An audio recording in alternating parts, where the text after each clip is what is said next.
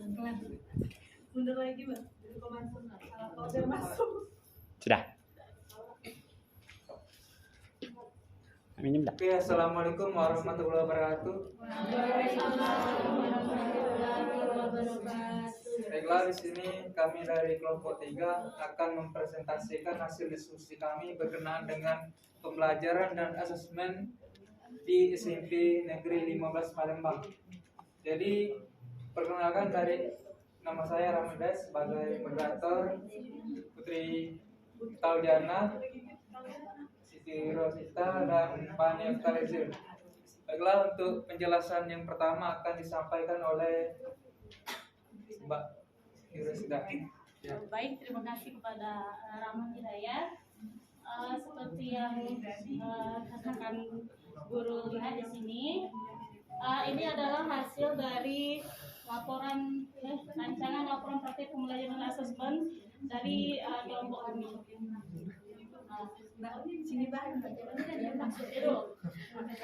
Susah emang. Untuk format ini mungkin kami mengadopsi dari laporan PPL 2 ya, seperti laporan observasi.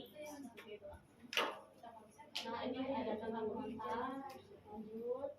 Nah, di daftar pembahasan kami ini kami akan membahas tentang latar belakang, tujuan laporan, manfaat laporan, objek sasaran, hasil praktik pembelajaran, hasil asesmen, faktor penghambat dan pendukung, dan kesimpulan ada di bab 3, refleksi dan rencana tindak lanjut. Oke, lanjut. Nah, pada bab 1 ini dilatar belakangi dari pembelajaran merupakan proses interaksi antara murid, guru, dan sumber belajar pada suatu lingkungan belajar. Nah, pendidik ini kan kita harus mampu mengidentifikasi pengetahuan keterampilan yang diharapkan oleh peserta didik pada saat atau setelah peserta didik mengikuti kegiatan belajar mengajar atau setelah mengerjakan atau menyelesaikan tugas dan asesmen kinerja. Nah, identifikasi pengetahuan dan keterampilan ini meliputi sudah tentunya jenis pengetahuan, keterampilan yang dilatih dan dicapai oleh peserta didik. Pengetahuan dan keterampilan ini bernilai tinggi untuk dipelajari. Nah, penerapan pengetahuan dan keterampilan tersebut tentunya sudah tidak lagi pada bidang pendidikannya, khususnya di dalam kelas. Nah, jadi proses pembelajaran ini kami terapkan di Sekolah Mitra SMP Negeri 15 Palembang. Itu saya pada kelas 73, Putri Mirta Jana kelas 72, Fani Oktalizir 74, dan Rahmat Hidayat kelas 81. Ya, kebetulan Rahmat Hidayat yang beda sendiri, tapi pada prakteknya dia mengambil kelas 71 seperti itu. Lanjut, tujuan laporan ini bertujuan sebagai pengamatan dan refleksi bagi mahasiswa terhadap pembelajaran asesmen di sekolah tempat mahasiswa melakukan praktik pengalaman lapangan. Untuk manfaat laporannya ini menerapkan materi yang diperoleh dari perkuliahan dalam praktek yang sebenarnya tentunya seperti itu. Lanjut, objek sasaran kami ini kebetulan kami mengambil sampel di kelas 7, ini hanya gambaran sampel saja kan karena baru berbentuk laporan sederhana. Nah, di bab 2 sebelum kami melakukan praktik pembelajaran, tentunya kami melakukan persiapan untuk praktik pembelajaran. Nah, persiapan ini kan kami lakukan sebelum kegiatan PPL dimulai. Yang pasti kami mengadakan koordinasi dengan dosen pembimbing dan guru pamong terkait dengan jadwal PPL yang dilaksanakan. Terus berkonsultasi dengan dosen pembimbing lapangan dan guru pamong sebelum melakukan praktik. Yang ketiga, membuat modul ajar sesuai dengan capaian pembelajaran pada mata pelajaran dan materi yang diajarkan. Jadi modul ajar itu biasanya kalau kami rancang dulu, kami samakan mungkin untuk kompak karena guru pamong kami tuh pengennya sama gitu, karena satu guru pamong harus sama dan sesuai formatnya kayak gitu. Lanjut, mengkonsultasikan modul ajar. Nah, setelah kami berkonsultasi sebelum kami mengajar itu H-1 mengajar, kami konsultasi dengan guru pamong. Apakah sudah sesuai materi yang diajarkan, asesmennya seperti apa, terus media pembelajaran segala macam kan. Jika belum sesuai ya tentu kami lakukan revisi seperti itu. Nah, untuk pelaksanaan pembelajaran ini kami berfokus pada tentunya pembelajaran paradigma baru atau student center learning ya. Nah, tentunya dalam proses pelaksanaan pembelajaran kami berusaha untuk melakukan proses pembelajaran itu secara interaktif, aktif, berpusat kepada peserta didik dan juga menyesuaikan dengan karakteristik peserta didik. Tentunya pada pelaksanaan praktik pembelajaran kan kita sudah melewati tahap observasi lingkungan kelas, observasi karakter peserta didik. Nah, itu kan sudah kita observasi terlebih dahulu. Dari itu kita bisa dengan mudah untuk melakukan pembelajaran di kelas sasaran ini. Kegiatannya tentunya pada 19 Oktober, tentunya sama semua ya. Jadwalnya kami dibagikan dengan guru pamong, itu saya pada hari Kamis, Putri pada hari Kamis juga tapi di jam terakhir, Ani di Jumat dan Rahmat di hari Rabu. Seperti itu. Lanjut, nah untuk praktik pembelajaran yang kami lakukan itu pada topik menulis teks prosedur. Nah, guru modelnya tentu kami mahasiswa kelompok 3. Materi yang kami berikan di kelas itu kebetulan sama karena memang pada saat itu capaian pembelajaran harus dicapai itu tentang menulis teks prosedur. Nah, tujuan pembelajaran pada proses pembelajaran kami ada 2. Yang pertama, peserta didik melatih kemampuannya menulis secara runut, sistematis, untuk beragam konteks dan tujuan melalui latihan menulis teks prosedur sederhana dan rancangan yang baik. Yang kedua, peserta didik melatih keterampilan berkomunikasi secara efektif dan menarik dengan menyajikan teks prosedur mereka secara lisan visual dan audio visual. Oke, lanjut. Nah, pada dua kegiatan ini, tujuan pembelajaran ini kami sama. Tujuan pembelajaran di modul aja ini sama, tapi tekniknya berbeda. Nah, untuk kegiatan praktik pembelajaran yang kami lakukan, tentunya kami melakukannya sesuai dengan modul ajar yang telah kami rancang. Pada kegiatan awal itu seperti biasa, guru dan peserta didik saling memberikan salam, terus guru memeriksa kehadiran peserta didik, guru menanyakan kemampuan prasyarat peserta didik, guru menanyakan harapan siswa sebelum memulai pembelajaran. Nah, pada praktik pembelajaran ini, kalau saya di poin ini, itu saya melakukan asesmen diagnosis sederhana dengan menggunakan satu kertas sticky note kecil, dibagikan kepada semua siswa, dan saya meminta tulis 3 harapan kalian untuk mencapai tujuan pembelajaran ini. Jika sudah, ditempelkan di di depan kelas. Jadi nanti kita cek sama-sama apakah tujuan pembelajaran itu sudah sesuai dengan harapan yang akan dicapai peserta didik. Lanjut. Nah, pada kegiatan inti praktik pembelajaran yang kami lakukan itu kami menampilkan contoh teks prosedur, membuat sesuatu sebagai gambaran. Nah, jadi ditampilkan dulu contoh teks prosedur, baru nanti peserta didik membuat rancangan teks prosedurnya. Kami juga selalu mengamati kerja peserta didik. Pada praktik pembelajaran ini, cara kami untuk melakukan pendekatan kepada peserta didik itu lihat peserta didik mana yang tidak fokus. Kadang ada selama praktik pembelajaran itu kan ada saja 1 atau 2 orang siswa. Cuman ketika kita tanyakan langsung kepada peserta didik, dia langsung semangat lagi, langsung fokus pada aktivitas gitu. Nah, kami pada praktik pembelajaran itu juga melakukan ice breaking. Nanti mungkin Putri juga jelaskan sedikit tentang ice breaking yang Putri lakukan, karena berbeda ya antara masing-masing kami punya kreativitas yang mungkin unik kayak gitu. Lanjut, ini kegiatan penutup seperti biasa, ada umpan balik, membacakan harapan, dan menanya. Nah ini refleksi ya, tentunya pada praktik pembelajaran di penutupan itu selalu kami lakukan refleksi terhadap hasil pembelajaran hari itu. Lanjut, mungkin mau.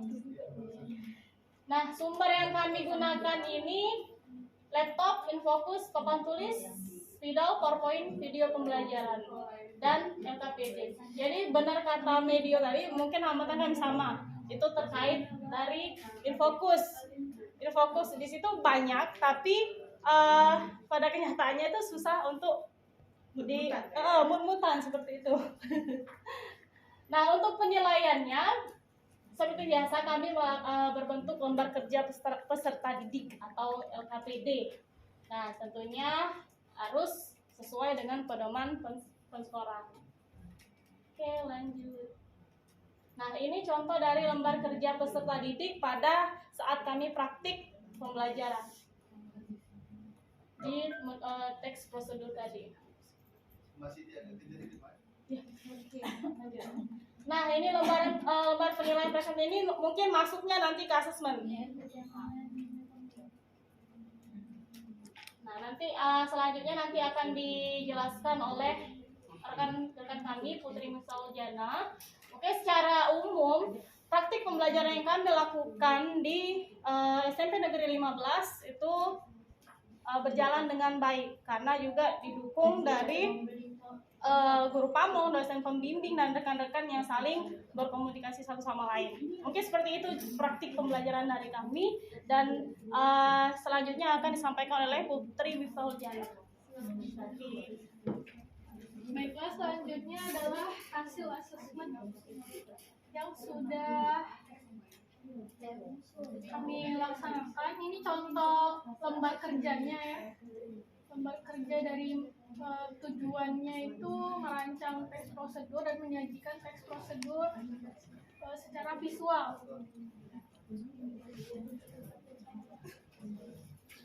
Nah, ini lembar kerjanya tadi ada nama kelompok, kelas, anggota kelompok, tujuan, bagian pendahuluan, langkah-langkah, dan penutup. Nah, di sini juga ada lembar penilaian presentasi yang dinilai oleh rekan dari kelompok siswa yang lain. Jadi siswa yang presentasi ke depan, ada kelompok selanjutnya yang menilai presentasi temannya, dan sebaliknya nanti temannya presentasi, dia gantian yang menilai. Nah, selanjutnya ada rubrik penilaian yang dilakukan oleh guru.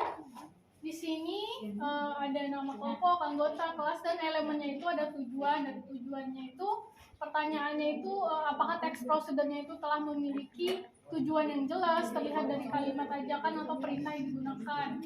Ada skornya juga.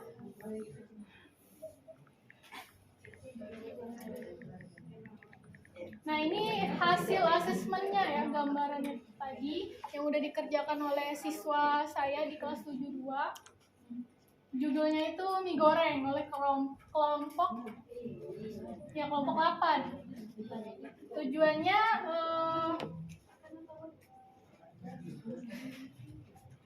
udah jelas, cuman kurang ya, dilengkapi lagi begitu. Harusnya tujuan dari teks prosedurnya itu cara membuat mie goreng misalnya.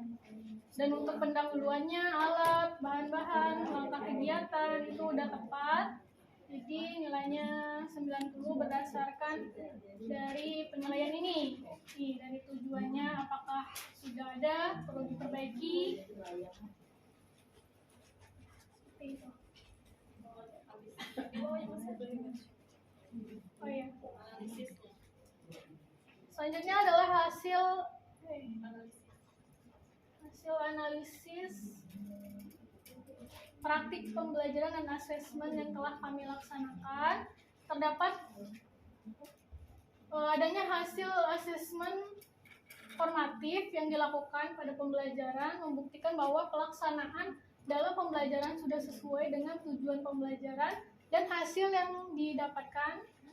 dari peserta didik mendapatkan nilai yang cukup memuaskan, artinya peserta didik telah mampu memahami mengenai materi menulis teks prosedur yang kami jelaskan. Ada pula beberapa faktor penghambat dan pendukungnya. Faktor penghambatnya itu misalnya pada saat menyiapkan administrasi, lalu hambatan dari peserta didik, boleh dibaca aja ya. Selanjutnya ada hambatan dari sekolah, ini terletak pada minimnya sarana dan media yang dimiliki. Misalnya tadi media proyektornya itu banyak, tapi banyak yang tidak bisa digunakan. Oke. Selanjutnya faktor pendukungnya itu sarana prasarana seperti kelas, lingkungan kelas, dan beberapa proyektornya ada yang bisa digunakan. Lalu pendukung peserta didiknya itu kemauan untuk belajar. Lalu faktor pendukung guru pamongnya itu memberi kebebasan bagi mahasiswa untuk berkreasi dalam mengajar. Baiklah, selanjutnya akan dijelaskan oleh saudari Pani. Terima kasih kepada saudara moderator. Di sini saya akan membacakan bagian bab 3 kita, ada penutup. Pertama, kesimpulan.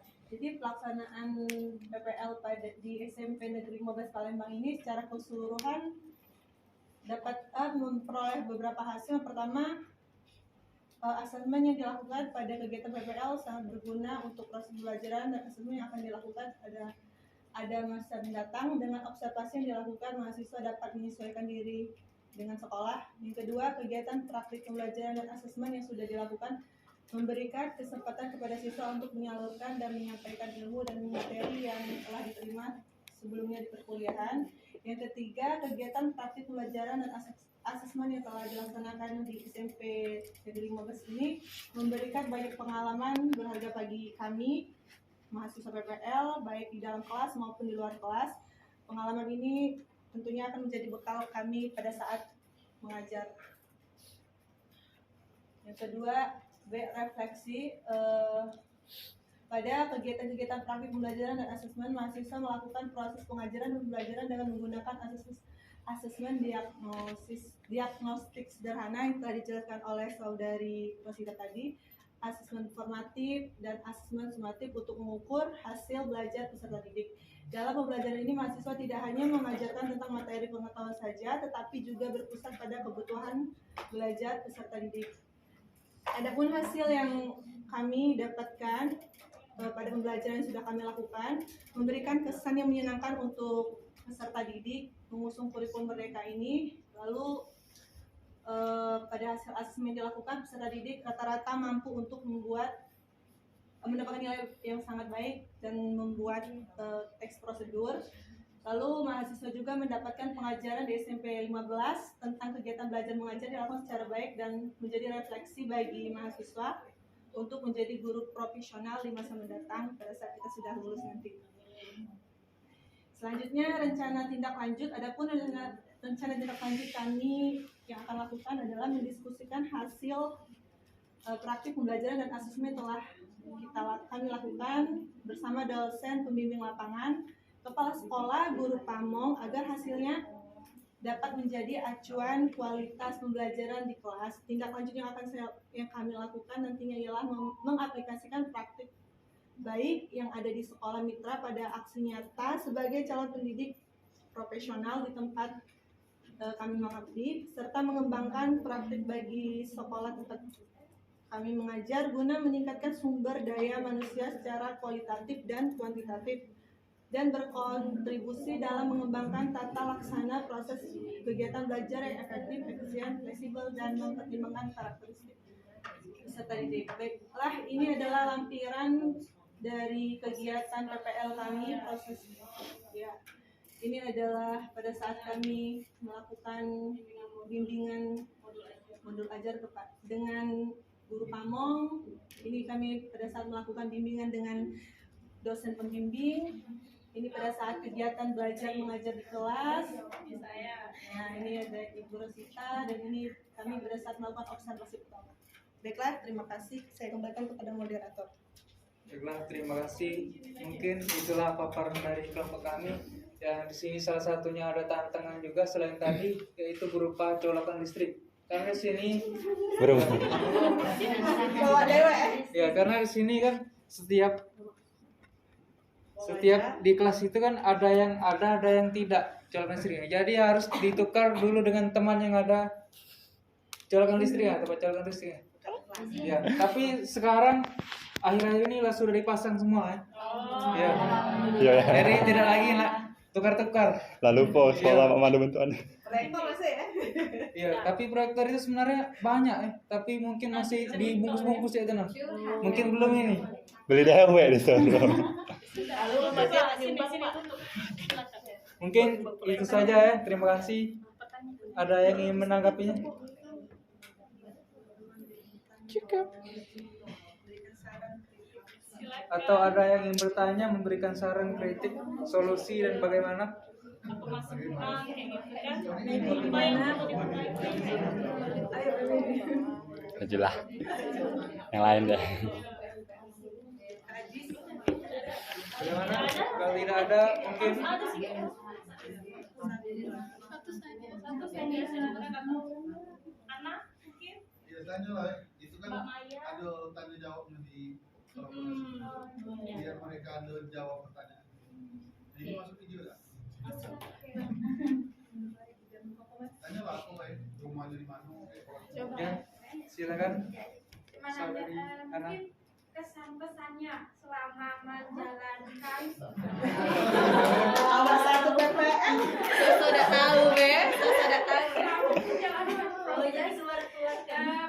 praktik apa PPL pembelajaran dan assessment di SMP 15. Tadi juga bisa jawab. Iya. Coba. Kak Rahmat nih pengen aku dengar dia jawab. Sebagai orang paling rajin gitu kan. Kesan dan pesan Iya. selama proses pembelajaran. PPL di sana gimana? Ya, Yang dapat dua-dua. kesan saya selama melakukan pembelajaran PPL ya cukup menyenangkan karena Iya. ya, Laporannya tidak menyenangkan. karena sini proses pembelajarannya yang saya tahu ya, kalau saya jika dibandingkan dengan di daerah dusun ya, ini lebih interaktif pembelajaran. Siswanya lebih Aktif. lebih aktif pembelajaran. Kalau ditanya dijawab. Kalau di dusun itu Ya Allah. lebih ke arah sebenarnya iya, bukan memancing kan sih kesannya. Ya itu Mantap. biarlah pendapat dia ada apa guys. Agak dipotong nih. Marah gak Mawardiah ya.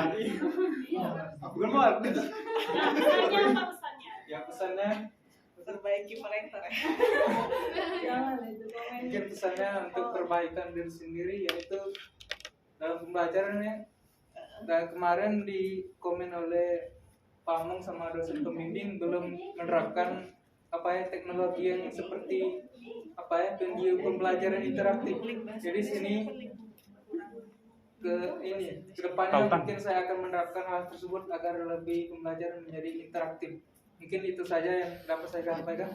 Atau ada yang lain lagi dari kelompok kami yang ingin menambahkan? Oh ya. Baiklah, sini saya akan menyampaikan kesan dan pesan. Mungkin untuk kesannya pembelajaran di SMP 15 itu benar kata Rahmat tadi sangat berbeda dengan di kampung, karena kalau di kota ini siswanya sudah motivasi belajarnya tinggi ya, karena gurunya juga mungkin memberikan motivasi sebelum belajar, jadi mereka semangat. Media yang disediakan oleh sekolah juga sudah lengkap seperti itu. Kalau misalnya di kampung kan mungkin kurangnya terrealisasi kurikulum merdeka karena kekurangan teknologi gitu kan.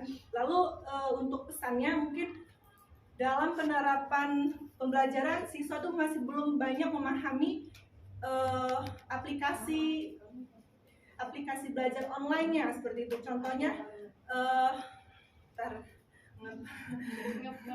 Contohnya pada saat saya ingin memberikan materi teks prosedur, mereka merancang teks prosedur itu menerapkannya dalam infografis. Saya inginnya mereka membuat menggunakan Canva, tetapi kenyataannya siswa-siswa di SMP 15 kelas 74 itu belum mengetahui Canva tersebut. Mungkin itu aja pesan dan kesan dari saya. Jadi baik, terima kasih. Kalau kesan dan pesan saya, mungkin dari kesannya itu satu hal yang saya pelajari dari guru pamong itu, guru pamong kami sangat disiplin. Karena apa? Pada saat jam pelajaran, sebelum beralih jam pelajaran itu sudah siap-siap langsung prepare dan di kelas seperti itu. Yang mana karena saya berkaca juga kayak pada sekolah, mungkin sekolah saya dulu tempat mengajar, mungkin guru ulur waktu, sering ulur waktu. Nah itu yang sangat saya berkesan dengan guru pamong ini. Wah, ibu ini ternyata bagus disiplin gitu. Semoga tetap seperti itu dan kita bisa sama-sama membangun pembelajaran paradigma baru yang sesuai harapan dari pemerintah Indonesia ya, dan agar tercapai juga tujuan untuk mencerdaskan generasi Indonesia, bangsa Indonesia seperti itu. Oke, selanjutnya Putri akan menyampaikan pesan dan kesannya. Kesan saya itu yang pertama kali saya belum pernah mengajar ya sebelumnya, jadi first time buat ngajar di sini, jadi belum punya banyak pengalaman, tapi untungnya siswanya itu aktif dan kreatif juga, jadi tidak menyulitkan saya untuk melaksanakan pembelajaran dengan efektif. Itu pesan untuk saya sendiri. Saya berharap saya bisa mengatur kelas. Belum bisa. Itu aja.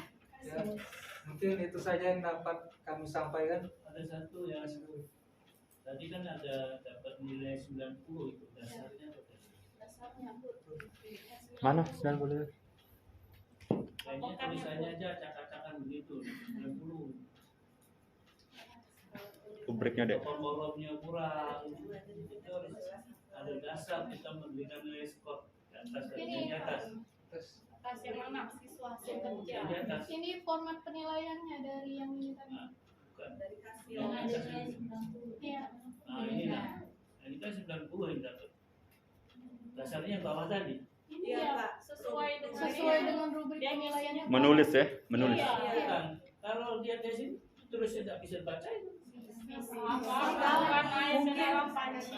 Mungkin hasil scan ya Pak, mungkin yang jelek. Iya Pak. Coba rubriknya, baca rubrik dulu.